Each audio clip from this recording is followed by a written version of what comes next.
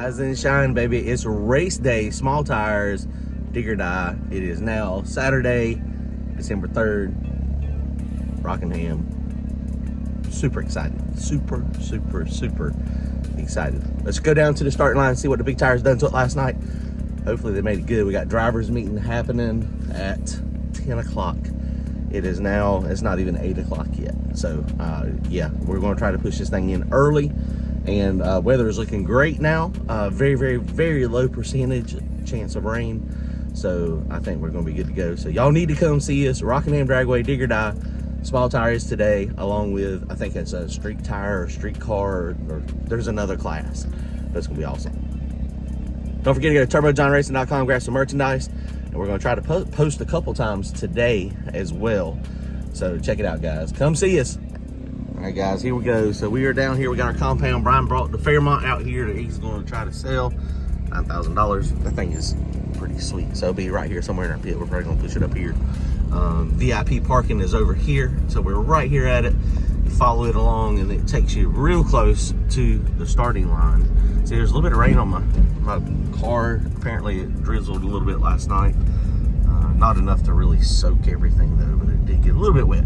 Big tire was pretty cool. I got to see one round of racing. Those cars were running pretty decent. Put down a decent contact patch, it seemed like.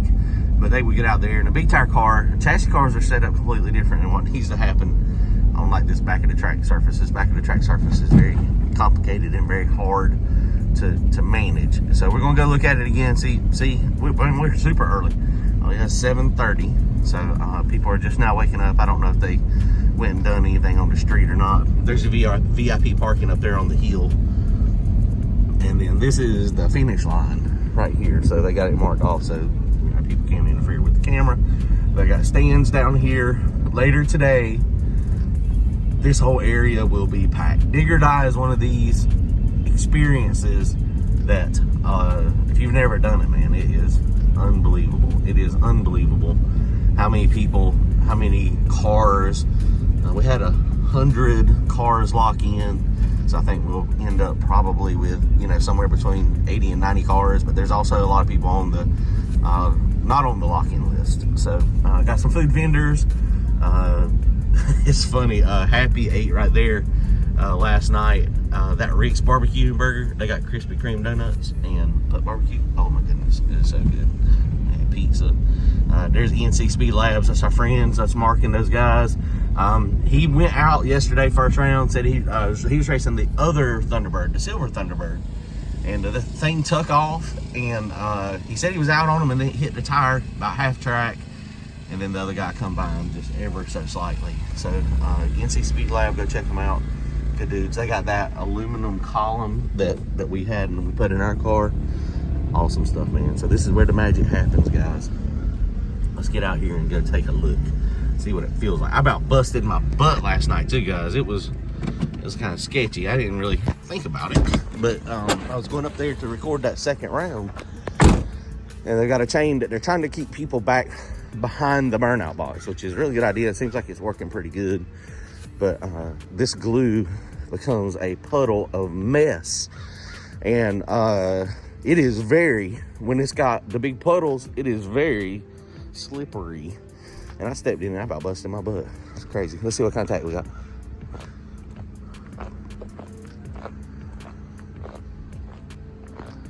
Now here is one of the things that they done. Check this out. So they done this a couple years ago. This was the starting line, and they moved it up. And look what that did. So usually when that was the starting line, we would be starting back here in a decent amount of rubber. This is just rubber from the burnout pad. So, you know, sometimes you street race, they'll get a street race off and you'll just be a couple feet in front of that puddle. But not anymore. If you got a normal sized car, I mean, you're starting up here in this crap. So, you know, it's one of those things. They do make it a rule so that you can't stage way behind. Had a couple people do that a couple years ago. They were staging back here in this stuff, and they were getting a good head start, slingshot start. And so they kind of changed the rules. It's starting to take some rubber in some spots, but you can see you're still racing on the rocks. I'm gonna walk each lane over here and see what it looks like. I'm gonna go all the way down.